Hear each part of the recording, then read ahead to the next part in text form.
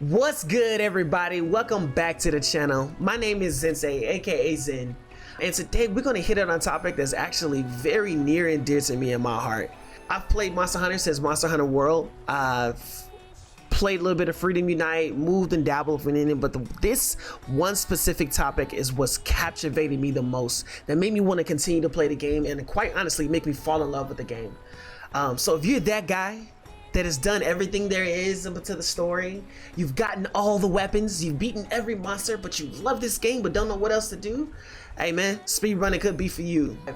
Well, hopefully these 6 tips could give you some form of an idea of what you want and what you want to do, and like how to at least get started, and where's the lingo, where's the record book, you know what I mean? So I didn't see a lot of videos out on this, and I felt like, dude, this would be an opportunity to really share with people my thought process, what helped me get started, what helped me get better, and to at least even compete to those that were good. So hopefully you guys enjoy it, and as we get moving, hey, roll the clip. So diving straight in, I want to set a stage, set a mindset, like right when you get into speedrunning, to give you guys the concept of like what to expect right when you go in. A lot of people come in and they ask me, yo, like I'm starting out speedrunning, what should I be doing? What should I be wearing? What's the optimal sets? You know, how fast should I be hitting the monster? Do I have the right sword? And people want to jump right into builds without ever like knowing or understanding what you're getting yourself into. When you are speedrunning, you guys got to understand, whenever people have speedrun, they have done this literally 100 of times. They have fought the monster hundreds of times. If you see Team Darkside, you seen Team Triple Cart, you see Revlin, like all these specific Monster Hunters, Peppa, these runners, Light, all of these great speedrunners have literally fought the monsters hundreds of times.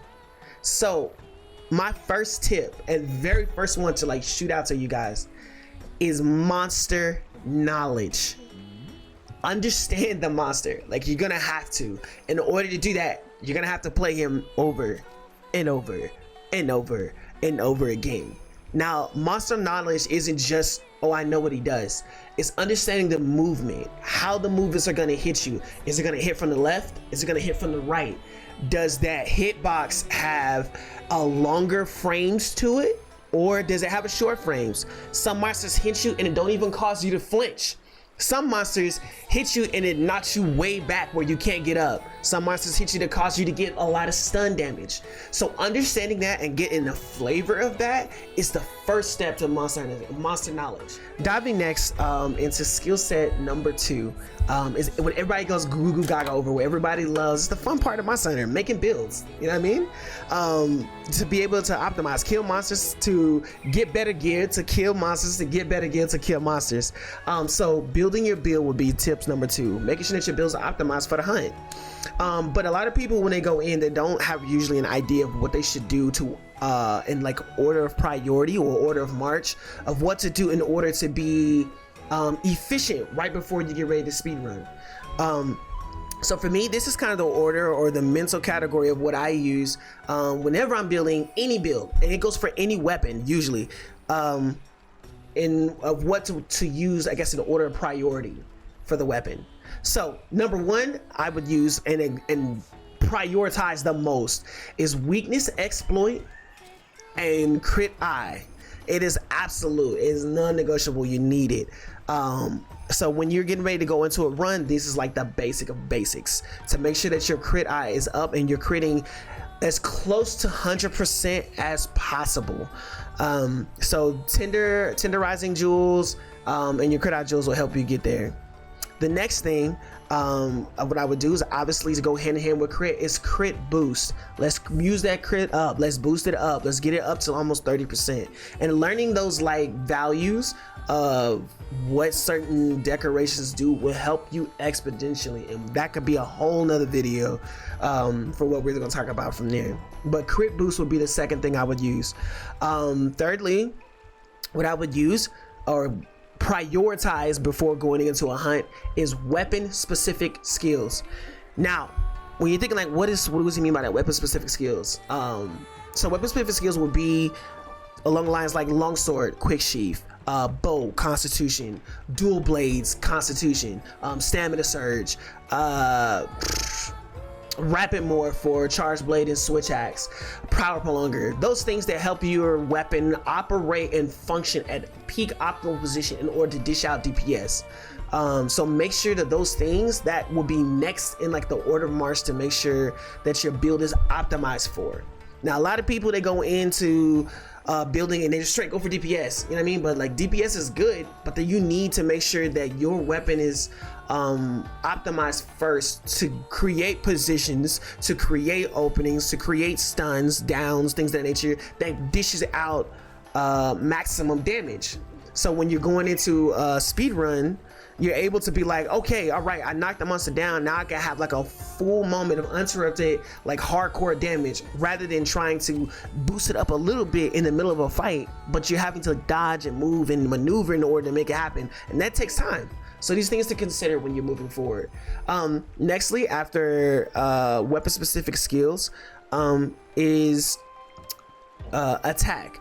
And so attack is like, usually, which is crazy, the bottom portion of the pole, but it's like that last skill that you tack on, because once those things are here in a speed run, positioning and how like you move and operate with the monster and having the monster down for a moment, like it changed the whole course by a minute, literally. So when you're doing that, that's why attack will be lower on the totem pole in most cases, you know what I mean?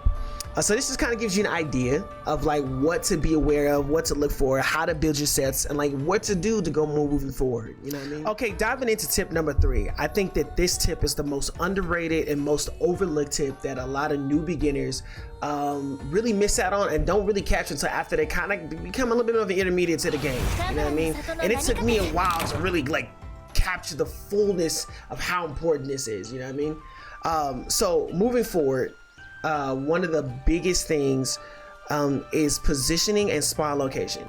Those are like huge. Obviously, when we go into speedrun, we want to make sure that we have a very thoughtful mindset of how we're going to attack the monster. We want to go in, get in quick, get out quick, you know what I mean? But getting there takes time, and usually the average is around 15 to 30 seconds to get there to a monster. So that's 15-30 seconds already into your run, you know what I mean? So whenever we get ready to go, we're usually going to get at least about 3 different types of spawns. And a common one, a golden trifecta one, and then a really shitty one. When we get that shitty one, we don't even want to fucking touch it. We're just gonna move on, keep it moving. And that comes, again, monster knowledge, knowing where he spawns, knowing what locations he spawns, what zones. So like, let's say in this point, we have Camilios. He's sitting here right at zone 12.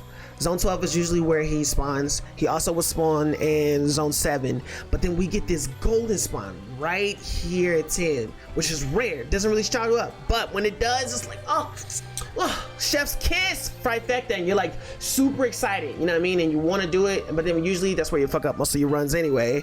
But nonetheless, these are things to keep in mind of. So pay attention to the spawn areas of where the monster's spawning, because they spawn in set areas. It's things that you guys don't know. Moving along into our 4th tip is one that is also equally important. Something that takes a little bit of time, takes a little bit of experience, but nonetheless, man, like it gets easier as you continue to move forward. Okay. And that is, again, and it goes hand in hand with monster knowledge, is hit zones. Understanding the monster's hit zones, what's the weakest point, what weapon works better for which body part on the monster.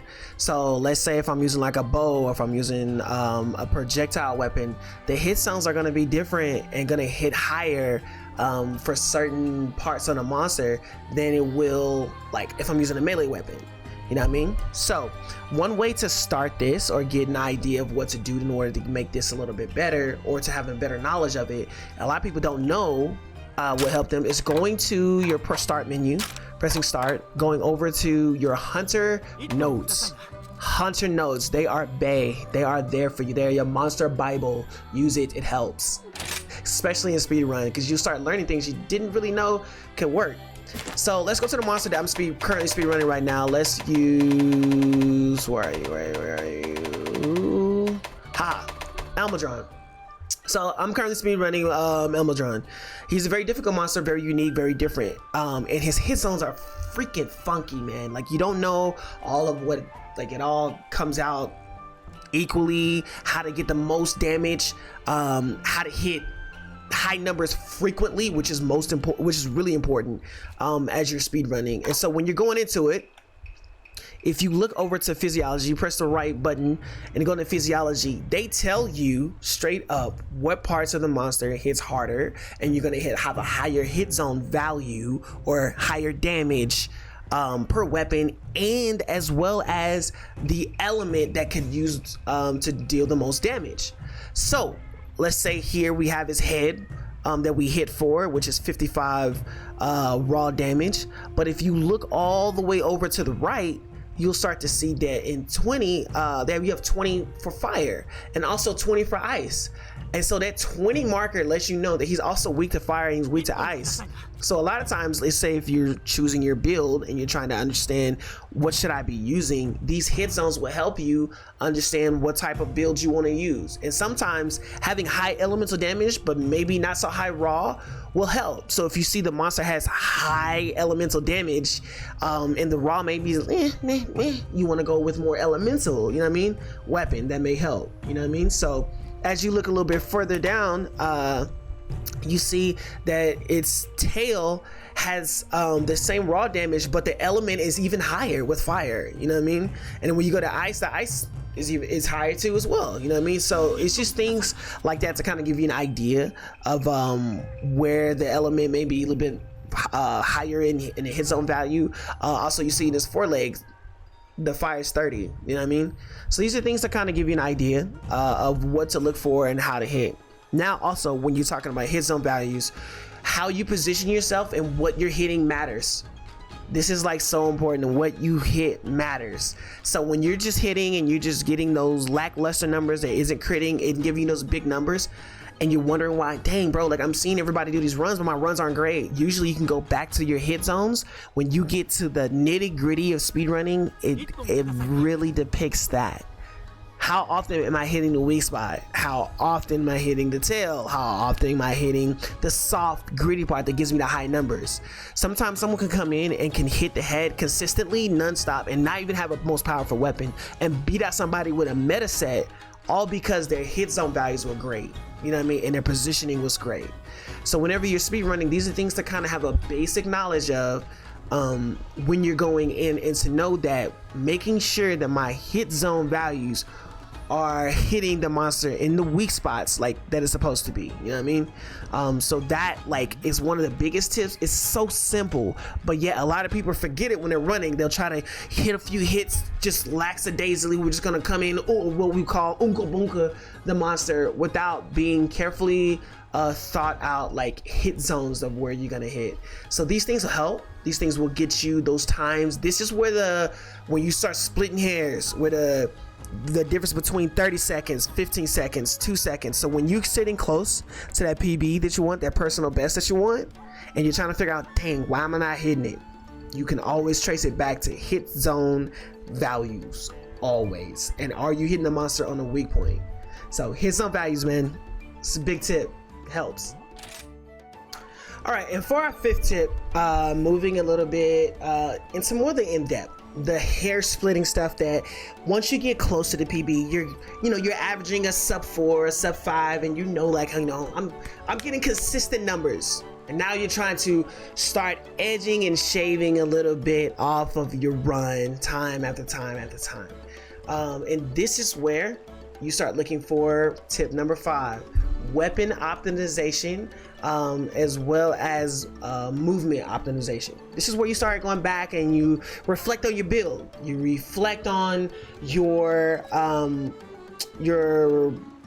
placement, your spawn placement, how you're hitting, your play style, whether or not the silkbind move that you're using is adequate for the monster that you're fighting, you know what I mean? So these are the things that where you really start splitting those hairs, and we can get way in depth in this, but some of the key factors I do when I'm thinking through different type of like strategies for speed running is I'll start obviously with my hit zone values, making sure that my movement as well.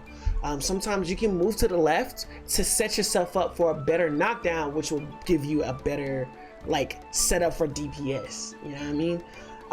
You could use a different build, maybe use a sharp build, sharp jewel to keep your sharpness up a little bit longer. Maybe you need more handicraft than you need these things. But this is where like you start splitting those hairs, you start really like chimming down those things, man, of like what works, what isn't working, what helps. And this is where the time and error, trying to figure out how this goes in. But a key thing that helps is like actually looking at the looking at different runs on YouTube, seeing different runs that help, different runs that work through you, well, runs that may work for you, may not. And not every run works well. You may see a world record that works well, but the moment you try something different, like completely changes the game. You know what I mean? So these are kind of like that thought process once you start splitting hairs of like what you need to be looking for. And that's where you take everything that we've learned from these 4 tips and we apply it to the 5th to narrow down where can something be optimized, where can something be like shaved off. Maybe I don't need this jewel, maybe I need to add a flinch jewel, maybe I need to add more attack where I can squeeze it in with a different type of talent. You know what I mean? So this is where the fun part and the tedious part of speedrunning comes in, and this is where either people start to drop off or they fall in love with it because they get a new personal best and they're like, yo, I'm with it. And finally, we're at the last tip of today, man, of just basic speedrunning knowledge and what to do when you get ready to get started. And that basic knowledge, man, is practice. Tip number 6, practice, practice, practice, practice, practice. Practice makes perfect, practice makes better. That's one of the things I love about speedrunning, is it's proof, man. It's proof that we as humans have the capability to learn from our mistakes, learn from the things that we've messed up on, and can get better over time. And after that grind that you go through, and trust me, you will go through it. You will go through the monster hundreds of times. You are not alone. And a lot of times you may look at somebody and be like, dang, they hit so much faster than me. But like, dude, it took them hundreds of times to do it. Like I said in the beginning of the video. So this is your time, bro. Like to just enjoy the fight, enjoy what's happening, and to take breaks. Take breaks, man, when you need it. Reset, see different things, see different clips, different game clips that can help you optimize the runs in the way you want to. So this has been a fun video for me, dude. Like I've wanted to do a video like this for a while. I love speedrunning, and I believe that Monster Hunter belong in esports. Do you hear me, Capcom? Do you hear me? I believe Monster Hunter could be an esport at some day and time, and it'll be first one of its kind. Speedrunning is fun. Speedrunning really connects the community and is really in depth and deep in the Monster Hunter community if you're not aware of it. I will leave in the descriptions the world records below, the website for the world records for those that are interested to see who has the fastest times. Where can I submit my records? Where can I go through and to submit, you know, the times that I have. So for those that haven't been able to, I guess, like submit your runs, and you have those runs, you have the capture card to record, I think I'll do another video of how to submit your times. Yeah, probably here in the next one. We'll probably do something like that. Appreciate you guys for coming in. I appreciate you guys' time and checking me out. If you guys didn't know, I stream on Twitch Tuesday, Wednesday, and Friday from 8 a.m. to 2 p.m. Central Time. So if you guys are interested, the link's in the bio. And so you guys, hey, shameless plug, check me out, come in. My YouTube channel also pump out as many runs as I can, for sure. I'm on Instagram, TikTok, and all those good things, man. So if you guys want to support the channel, it'll be greatly appreciated. And as always, man, you guys have a great day and stay zen.